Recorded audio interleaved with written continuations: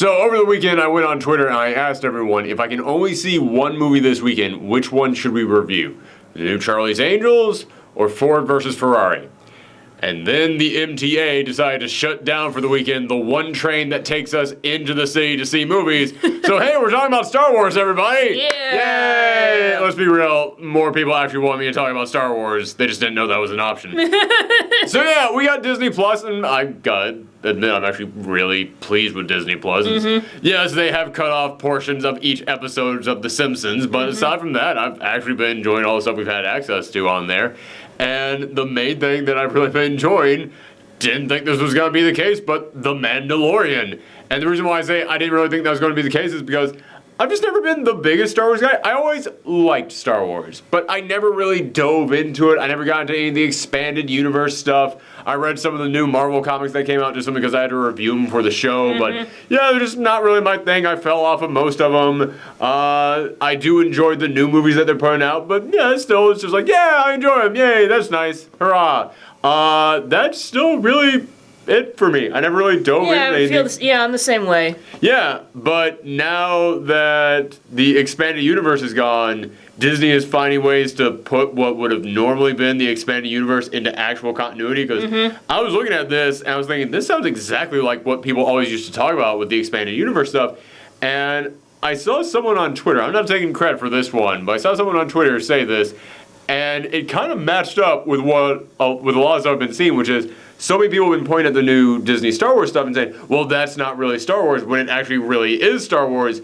It's just that for like 2 decades, we had not had Star Wars. What we had was the expanded universe, which was a lot darker, a lot more mature, varying different tones in there. So when we no longer got the expanded universe stuff, people were like, what happened to my Star Wars? And I looked at this and I went, oh my god, I think the reason why everyone on the planet right now is really enjoying The Mandalorian is because it's that expanded universe stuff that they had loved for so many decades, but now it's got like the budget to feel like an actual big major thing, which that's one of the things I have to point out right now. I had a big fear going into Disney Plus with all the shows that were announced, especially the Marvel ones, because you guys know me, you know I love all the Marvel movies, and I was really looking forward to the ideas that they had pitched for all these Marvel shows. However, Disney is kind of famous for cheaping out whenever they can. Like when it comes to their own properties, yeah, they will spend money on it. Yeah. But when it comes to a show is being made about their properties by someone else, they're not going to kick in a dime. They're not going to do anything for that. Like all those Netflix shows, those things were cheap. Don't get me wrong, the people making the shows, they did the best with what they could, except the people on Iron Fist. But everyone else did the best with what they could. But they couldn't really do a lot on those shows because Disney was giving them no money. There's still this weird conspiracy going around about how, oh, Disney made Netflix cancel those shows so that way they can put them all on the Disney Plus streaming services. Like, those shows were very much like around the R-rated level, and Disney has said they're not going to put any of the R-rated stuff on Disney Plus. And according to their contract, they can't even use any of those characters for another 2 years now that those shows have been canceled. So no, that's a terrible idea on Disney's part. And we actually do know someone who works at Netflix, and we were talking to him about like 6 months ago, and he mentioned to us, oh no, what happened was that Disney never gave them any money, and Netflix was going broke trying to pay for these shows all on their own. So they said, listen, you either give us some money or we cancel these. And Disney said, we're not giving you money for these things. So they got canceled. So yeah, Disney is kind of famous for not giving out any money. I mean, especially like video games, not to continue going on this rant, but if you guys follow me on Twitter, you know I'm a big fan of Marvel vs. Capcom. I've never recovered from Marvel vs. Capcom Infinite, where Disney went, we're not going to give you any money to make this game look good. Also, you can't use certain characters in here. Yeah, so Disney is kind of famous for cheaping out, and then they were like, okay, we're going to have on Disney Plus all these other Marvel shows, and all these Star Wars shows, and all these shows, and I just kept thinking, are you going to finally spend money on these things? Because otherwise, this ain't gonna work. First thing I gotta say about this, oh my god, they spent money on this thing! Yeah. They kept saying, well, this is going to have a similar budget to like what our actual movies have a budget of. And you look at this thing, and yeah, they might have been telling the truth on that. This does look a tad cheaper than their big movies. Like there's a moment in the second episode. We're only reviewing the first 2 episodes. Yeah, because those are the only ones that came out. Yeah. But there's a moment in the second episode where the big, or is it? It's in the first one. It's in the first one where the big two-legged animal things start coming up to him. Those looked a little more CG than the stuff that we've been getting in the movies, but I mean, like, by a hair. Yeah. That's the cheapest thing I've been able to see in this. Just something that's not quite 100% as good as it is in the movies. That's still really damn impressive. So yeah, I am stunned by what they've been able to put into the show so far. And I think the reason why they're able to put stuff that looks this good into their shows is kind of the genius of the fact that Disney is trying to put out so much Star Wars stuff. Don't get me wrong, Disney does, when they were like, okay, we're gonna put out this movie, this movie, this movie, this movie, this movie, it's like, you're kind of oversaturating the market on this. Even diehard Star Wars fans do not want a Star Wars movie every single year. Like, people are getting sick of that already. But putting out in shows where people don't have to go out, they just sit in there once a week. It's like, hey, time for that new half hour of The Mandalorian. Yeah, people are a lot more accepting of that. But they're still trying to put out there a ton of Star Wars stuff. And watching The Mandalorian, it kind of hit me why that really works for them. Because, yeah, all the sets, all the props, all the costumes in this costs money. But when Disney is trying to put out there so much Star Wars stuff, eventually it becomes kind of cheap for them to make something that looks this good. Because then all they have to do is go, okay, we need a bar scene. That means we need a lot of costumes. Luckily, we already have a ton of costumes available to us. We need to go down this dark, cringy hallway. Good thing we already have a dark, cringy hallway from another Star Wars set. Just take the camera from here, move it over here. Totally different set. It's kind of like when a video game company just pumps out sequels because they're using the exact same engine that they created. Yeah, it's kind of easy when you have the exact same data for, like, you know, what a box looks like in your world. Just blop, there it is, done. Don't have to create a brand new thing. It does kind of give me hope that they're going to be able to keep turning out stuff that looks this good. Would you say it would give you a new hope? Oh, that's like a movie or something. There will be no more puns. But yeah, let's go ahead and get into the premise of The Mandalorian, is that it is following and this show, it does get really deep into a lot of, like, the Star Wars lore in here. And as I said, I'm just a casual Star Wars fan. I just like the movies. I never really got into, like, the in-depth backstory on all these characters. But I do know that, like, Mandalorians, they were kind of like a warrior race, although, again, a lot of that was established in the expanded universe stuff that's not really canon anymore, so who even really knows? They're trying to reestablish the They're trying to reestablish, which I've heard from many diehard Star Wars fans saying, yeah, a lot of stuff that I've seen in Disney Star Wars stuff, or a lot of, like, the official books or the comics that they've been putting out, it's stuff that used to be in the expanded universe, so even though the expanded universe is gone, they are trying to bring it back wherever they can. So, all right, good on you for that. Yeah, I mean, I understand why you had to get rid of the expanded universe. It's this giant... The expanded universe was basically one massive fanfic written by dozens upon dozens of people, over hundreds of people, in fact, over the course of decades. That stuff, none of it stays straight. I mean, there's like 20 different stories about what happened after Return of the Jedi to these characters. Like, you can't keep all that stuff straight in there. You had it's to like come trying to, it's like saying all the fanfics you read online are canon. Are canon. Yeah, exactly. It's like, I understand why Disney had to do this, but I do respect that whoever it is that's working behind the scenes on arranging the new continuity of all this stuff, like, well, okay, we like this thing, we like this character. Like, I remember Thrall, I think his name is, Thrawn, whatever his name is, the blue guy. I know a lot of Star Wars fans. It's like, this works with this, and that does not work, so we'll forget about that. And just like pieces all together. Or if something doesn't work in there, then they can shift that around, find a place where it does. But yeah, it's like, I know that the blue guy, like, people freaking love him, say he's one of the best Star Wars villains out there. They put him back in, and I've seen the fans be pretty happy with what they did with him. But we're not talking about that anymore. The Mandalorian,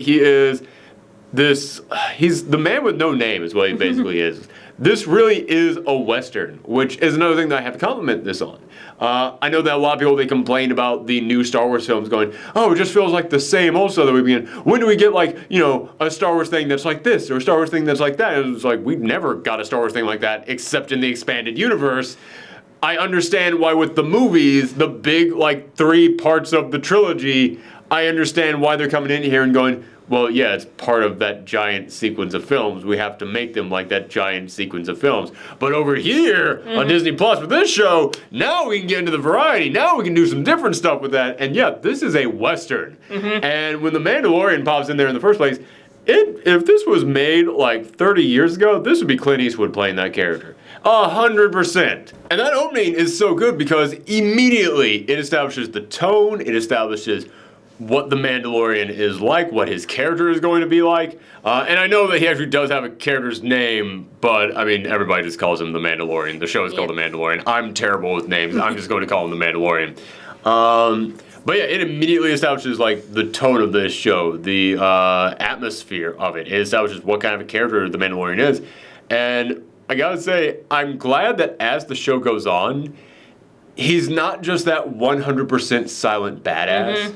You see him getting put in shitty situations and acting like somebody who would be put in a shitty situation. Like later on in the first episode, when he starts getting attacked by the big creature and it starts biting his arm and he's like firing off the flamethrower out of his arm. That's not exactly like, you know, he's not flipping around this thing, slicing it apart. He's acting like a human being would act if they got attacked by this thing of what the fuck is going on, just like getting ripped around like a ragdoll in this thing. Or when he's trying to steal his parts back from the Jawas in the second episode and they like slam a door in his finger and he doesn't like grab the door, just come down and rip it off. No, slam it on his hand. He's like shaking his hand off there. He's getting his ass kicked at points in here. I like that. I like that this guy, you just feel like he is a badass, but he's done. He's just put into a crappy situation. Which his voice, his tone, constantly has that sound to it like, I've done too much. And you even see him getting frustrated several times in here, but not frustrated in the I will murder you because I'm too strong. He's frustrated in the I can't do anything about this, but you're all a bunch of idiots kind of a way. Like in the first episode when Taika Waititi's robot, which I did not know that was Taika Waititi as that droid. I actually think Taika Waititi is going to direct one of the episodes of this, which I will be interested in seeing that episode. But when the droid is talking about how he's going to self-destruct, and the droid's just like, yeah, self-destruct, whatever. I'm a droid, it doesn't matter to me, I don't care. I have no sense of being. It's just, I'm going to self-destruct. And he is constantly like, no, bad idea, don't do that. I love those. I love that interaction between them. I'm actually kind of bummed that the droid is gone now. I kind of want to see those two continuing to stick together. But I do like the interactions they had there. And I gotta say, I kind of dig the lone wanderer vibe that this show has to it. So if they did pair him up with someone else, I could understand that being damaged. Although, he does have a problem with droids. Droids, for some reason, he has a huge problem with droids. So I kept thinking, yeah, of course they're going to pair him up with this droid. I mean, it only makes sense. You've got to pair him up with this droid. No, they didn't do that. Maybe later on in the series. Well, I mean, we gotta find out why he hates droids later on. I'm sure they will. I'm sure it's gonna come up at some point in time. Especially because I like that droid so much. I keep having this feeling like, well, he was just totally fine with self-destructing. Maybe if he self-destructs, he can just instantly upload his consciousness to another body. I was thinking like maybe he was just like one of many. One of many? Yeah, that was my other thought, yeah. Because, like, you know, he is a robot, a bounty hunter robot, so basically he's just programmed. There's just a factory just he's basically just programmed to, like, find these wanted people and everything. So. Exactly. So, yeah, it makes sense that, like, there would be several of them, and if one dies, like, next one, boot it up, ready to go. So I could see a version of this character returning later on in this season, and it would be great if he... Oh, man. I don't know what would be better if a version of this character returns and he does have the memories of that droid or he doesn't. Because if he does, then he goes, yes, you killed me when we had agreed to work together. I'm not going to trust you now and I'm coming for you.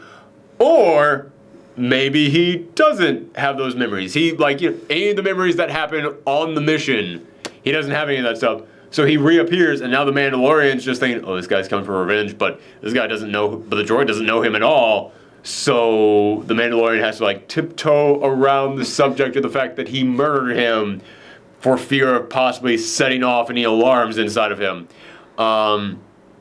But again, you speak about a moment that really just sums up our main character and does it in a way that really does just make him a badass. Like, I hate constantly going back to that term, but that is what this character is.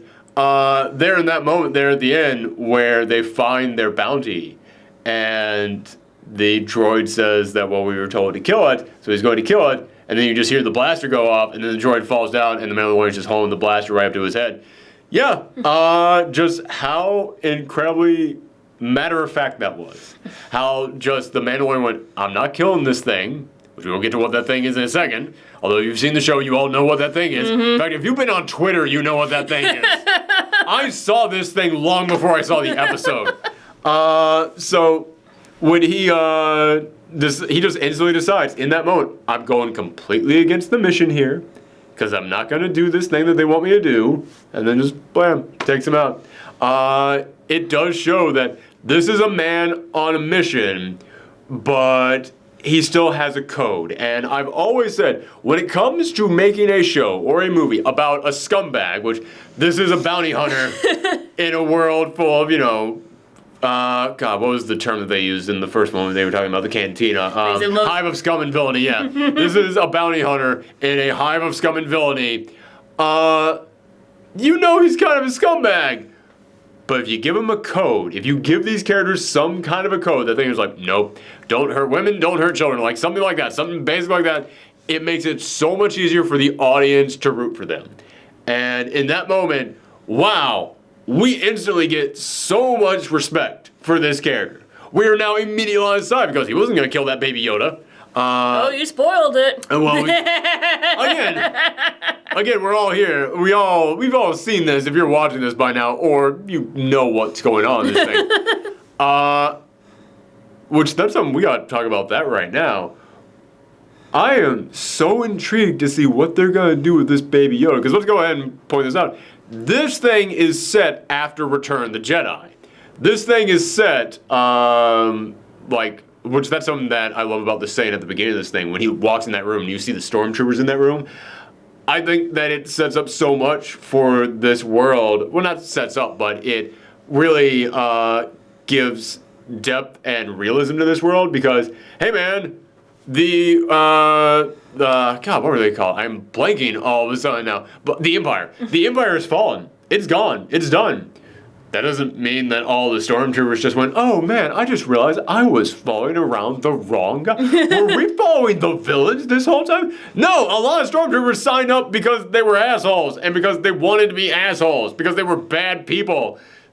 What are they going to do? Just suddenly go, all right, well, I surrender and come along. I guess I'm one of the good guys now. Yeah. No. No, they're going to go, all right, time for me to take this blaster and this armor that I have and find something else to do with myself.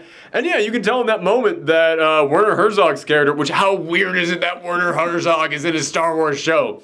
And he's so great in here, but man, Werner Herzog has such a distinct way of talking that in every moment when he is talking about the mission that you must go on, I couldn't help but look at him and be like, why is Werner Herzog in here? Are you going to make a documentary about like bears in space? What is this? It's so weird that Werner Herzog is in this thing.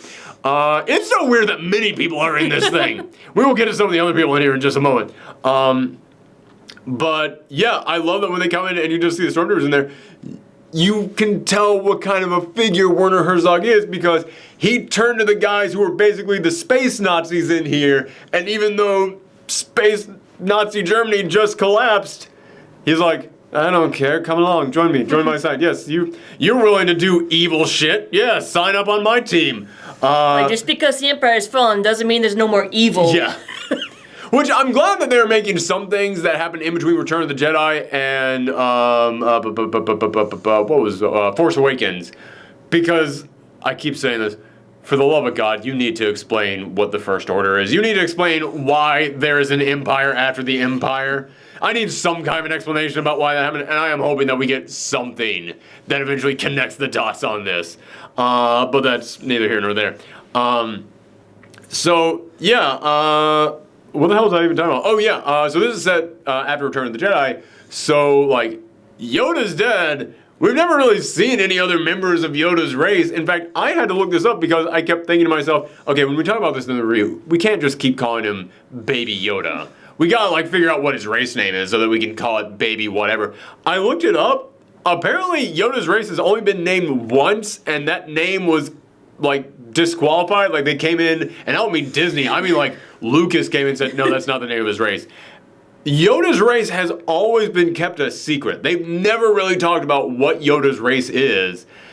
So I'm looking at this going, this could actually be one of the biggest impacts that Disney makes on the Star Wars property if they actually come in here and finally give Yoda's race a name. And I'm going to be intrigued to see how Star Wars fans react. I don't mean the Star Wars fans who hate everything that Disney has done and says that they've ruined their childhood forever, because no, don't get me wrong, you're allowed to dislike this stuff, but anybody who uses the phrase, you ruined my childhood, I don't care. That's like the go-to phrase that makes me go, oh, I'm not interested in what you're saying. I lost all respect for you. Yeah. It's like, that is like the one thing on the, I have a list of things that if you say, I am instantly not going to listen to you, and it's really just a list of one thing, and it's just, you ruined my childhood. Check. No thanks. But yeah, I'm more interested in like the wide, like, because the Star Wars fan base is huge. There is a wide variety of fans out there, each with their own different opinions on this fan base. I'm going to be intrigued to see what the discussion is if we actually finally get a name for Yoda's race in there. Yeah, that'll be interesting. They're Mogwais. Okay, we gotta talk about that. Yes, Baby Yoda is freaking adorable in here, but it even looks like Gizmo. If Gizmo didn't have any fur, like... Yeah, if you shave Gizmo and skin is green underneath, this is what it would be. And yeah, maybe it's just because for a large portion of this, it's a puppet. Which, again, I gotta say, I love the fact that Disney has gone back to favoring puppets, to favoring animatronics. I mean, there's definitely CGI, but it's like... I mean, you can't do everything with just puppets. I mean, they didn't even do everything with puppets in the first film back in the 70s. But yeah, I do love that they decided to go back to using puppets and animatronics whenever they possibly can. And again, that helps them to make more Star Wars stuff, because it's so much easier to just recycle that shit, just bring it in here, spray paint it green, bam, we're gonna go. But yeah, this baby, I almost said Mogwai. This Baby Yoda, it is freaking adorable, but it so reminded me of Gizmo so much in here. And part of it is just because of the, and the big floppy ears just Well, Yoda does have big floppy ears, yeah. So. Yeah, but we never saw like a baby one. And when you see a baby one, it's like, oh my goodness, it's like matching up. But I do love that this is where this show is going. Because the moment that first off, this thing is shot gorgeously too. I gotta point that out. There's some amazing shots in here. And that shot at the very end of the episode 1 where he was just staring at the baby. Holy crap. That is a good shot. What the hell was I saying? I'm sorry, I was so impressed by that shot in there. But the moment that he adopts the baby and he's now just walking around largely in silence. With this baby following him around. I kept looking at that going, oh my god, did you just make Lone Wolf and Cub? That's what this is. It's Lone Wolf and Cub in the Star Wars universe. Episode 1, we looked at it and went, oh, it's a Western. Now, this is like a feudal Japan samurai Western now at this point. In space. Not a sentence I was expecting to say for a Star Wars thing, but oh my goodness, hooray, I'm happy about this. Yeah, it's so weird to me that, as I said, I've always liked Star Wars, but I was never like a big Star Wars fan. So take this with a grain of salt, but just because the tone of this is so up my alley, it is checking off so many of the things that I personally enjoy. I am looking at this thing going, is this going to end up being my favorite Star Wars thing, period, ever? Because this might end up being my favorite Star Wars thing, period, ever. And, man, I keep jumping all over the place. I apologize for that. I apologize for how much I'm jumping around. But there's so much to talk about in just these first 2 episodes. Even though they're not hour-long episodes. That's another thing that I really have to applaud about this, is that I went, okay, it's going to be an hour-long episode, and then the first episode was over with way quicker than that. So I went, okay, so they're only half-hour-long episodes. It was like 36 minutes. It's like a little bit over. Yeah, it was like 36, 37 minutes. Second episode, 32 minutes. I love that Disney is doing a thing that not even Netflix really embraced all that much. Of just going, we're going to make this as long as it needs to be. Yeah, and that's what I really like about streaming services, because, like, when you make a movie or, like, a TV series, you gotta worry about the time restraints and everything, but it's like, with streaming, it's like, people are gonna watch this whenever and however long they want, so... We already got your money. We don't have to worry about commercials. So, yeah, sorry, I'm just trying to not continuously compliment Disney, because I do have to occasionally remind myself that Disney's a big evil corporation. So yeah, don't come in here and just kiss Disney's ass nonstop, but goddamn, man, Disney Prime is actually pretty damn good so far. So, The Mandalorian himself. We talked about how he is a badass, and they do a wonderful job of establishing that. He's a great interpretation of the silent protagonist, where he's the cold, unfeeling, but you can tell he's also very human inside. He talks exactly the amount that you need him to talk. I really want to know more about his backstory, because I think in the first episode, they did a wonderful job of just sprinkling in a tiny dash in that backstory. You just see that moment of him running, him hiding. You can tell like his family was destroyed or killed or taken away from him. You can tell that this guy has seen some stuff. You don't know how he ended up becoming a bounty hunter. But I love that moment in there in which the person who is working the forge is just hammering this thing down to create armor for him. Because when he brings that thing, this thing that he was well, I won't say happy, because I don't think he's capable of that emotion. But that thing that he was willing to take on this crazy mission for, just to get this little thing, we kept looking at that and we just thought, okay, so that's some rare mineral. It's like space gold. It might be worth a ton of credits or whatever currency is in Star Wars. And he just takes it to her, and she just melts that thing down and just bashes it. This was all about honor. This was not about money. This was about, this is something from my people. It lets you know that the Mandalorians, they are indeed a warrior class. They are a class of people who they care very much about the honor of what it is that they do, because he was willing to take on this mission just so he could get one additional piece of armor. That is such a rare thing for his people, and it's a big deal. So, yeah, that does a great job of setting up a lot of this character in here. And that comes back around in the second episode, when the Jawas, they steal so many parts of his ship, and I love how frustrated he is with having to deal with the Jawas. I love that he's just going in there and is like, I can just kill all of you. He's like, well, then you won't get your parts back. But they're my parts. Like, well, if Jawas take it, it's kind of their parts now. I love that that's just what Jawas are. Yeah. Jawas are the raccoons of space. Like, you can put your garbage out there. If the raccoon gets into it, it's its thing now. So he goes up to it, and there's that moment in which they basically try to bargain to get his armor, and his buddy, Nick Nolte over there, just says he's a Mandalorian, you're not getting his armor. And again, you don't go into the big backstory there, you don't stop to give the audience a ton of explanations, but you give them enough that the audience can piece together how important stuff like their armor, their weapons are to a Mandalorian. Like there's one part where it's like, lower your weapons, or drop your weapons. It's like, he's Mandalorian, weapons are part of him, they don't separate from, they don't... Yeah, that was great in there too. Yeah, that was a wonderful job. Like, it sets up, again, without going into like the big details about what the Mandalorians are, it lets you know, even a casual fan such as myself. Actually, I've done like videos in which I had to research what Mandalorians are, so I'm a little bit more than casual, I guess. At this point. Like, I had to educate myself on this, but even if I hadn't educated myself on this, I'd be able to figure out enough from exactly. this. Yeah, I'd be able to figure out enough without them having to stop, turn the camera, and go, here's what a Mandalorian is. I think that they do a wonderful job with it. Speaking of Nick Nolte's character,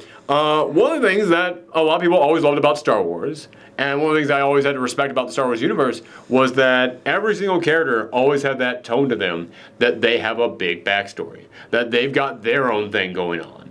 And with Nick Nolte's character in here, which again, you're talking about characters that you're amazed appeared in this thing, with Nick Nolte's character in here, he's very kind of mysterious, but he's helping out the Mandalorian for reasons at first, and he keeps talking about, it's like, well, if you do this, then you can bring peace back to my valley. So it's like, okay, well, he's helping him out so he can get something out of this as well. at the end of the second episode where the Mandalorian actually kind of forms a friendship with this guy. It's like, I could actually use someone on my crew. I thought, holy cow, is all these characters going to stick around for this whole thing? And he goes, I appreciate that, but I work too hard to be done with servitude. And that one line lets you, the audience, know this guy has seen some stuff. This guy has a crazy backstory to him. Like, he specifically said, people come here for peace, and including himself. Yes. So when he's doing all this stuff to help the Mandalorian just so that he can return peace to his valley, you can tell this guy has been through the ringer, and this valley, this place that he set down his little ranch, this is his reward. For all the crap he's had to go through, this is it. So if you can just, get me back to my peaceful status quo here, that's all I want. That's it. Just do that thing for me. Man, it lets you know this guy has been through some stuff. I love that. I'm wondering if that's going to be a thing with each episode, the Mandalorian befriends someone and eventually asks them to be part of his team, but something happens where they can't be with him. Maybe he doesn't keep asking them to be part of his team, but close enough. It's not just going to be the Mandalorian walking around with a baby this entire time. There's going to be other characters popping up, and we were looking at the cast of this thing.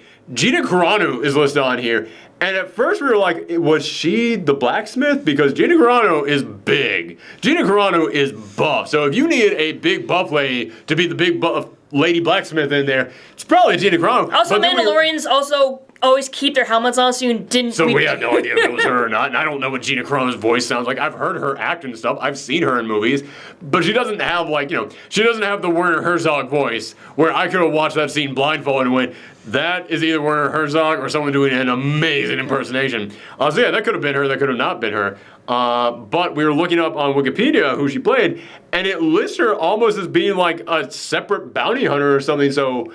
I wouldn't be shocked if that wasn't her, and she ends up actually being a character of future on, the antagonist in here, Maybe. which I'm totally fine with because I've seen Gina Carano kick some ass. She's the non-problematic Ronda Rousey.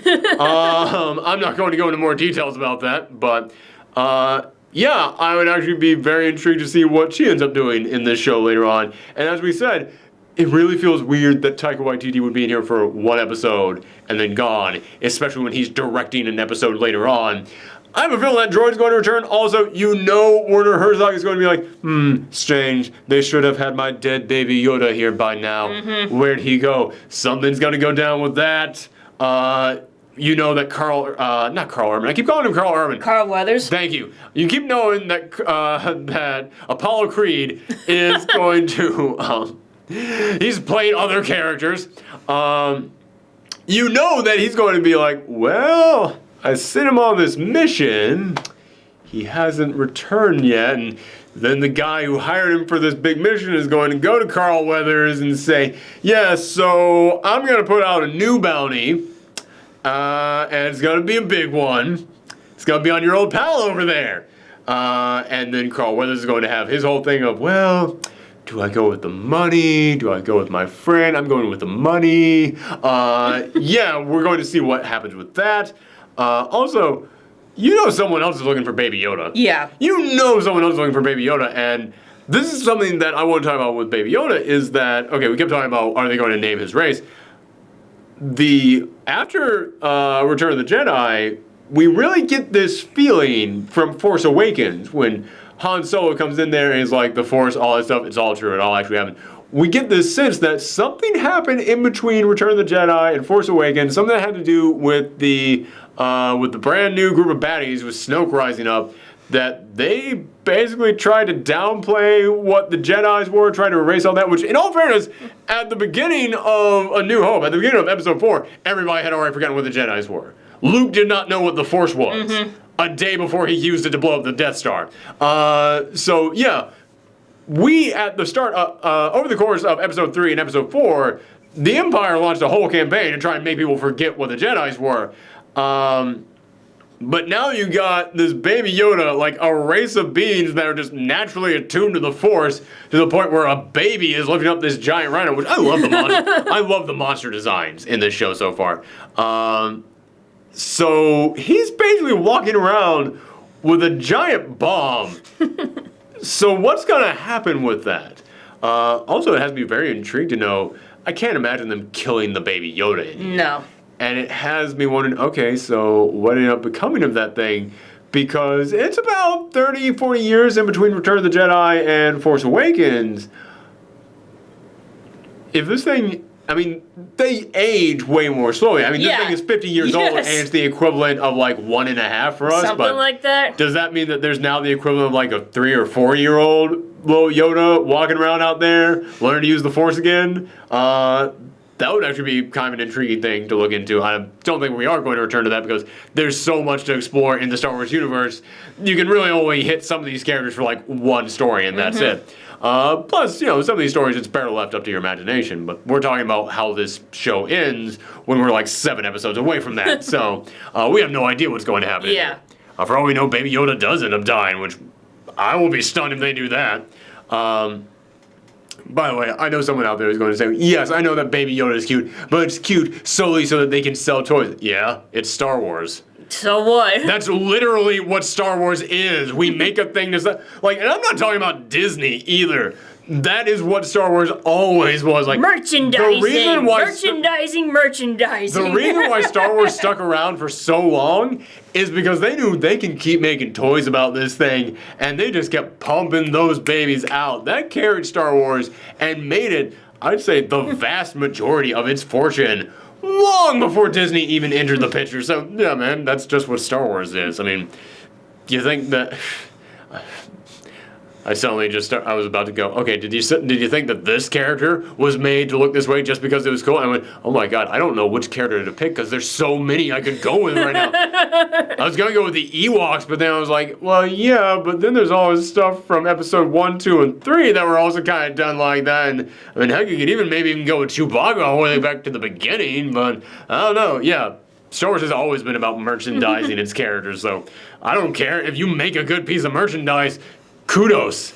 Good for you. But yeah, I have so far just been absolutely loving this thing. I think the Mandalorian himself is a great character, even though he's still so mysterious at this point. But obviously they're going to reveal more about him. Reveal more about him. I think that they're doing a great job of just slowly sprinkling that in there.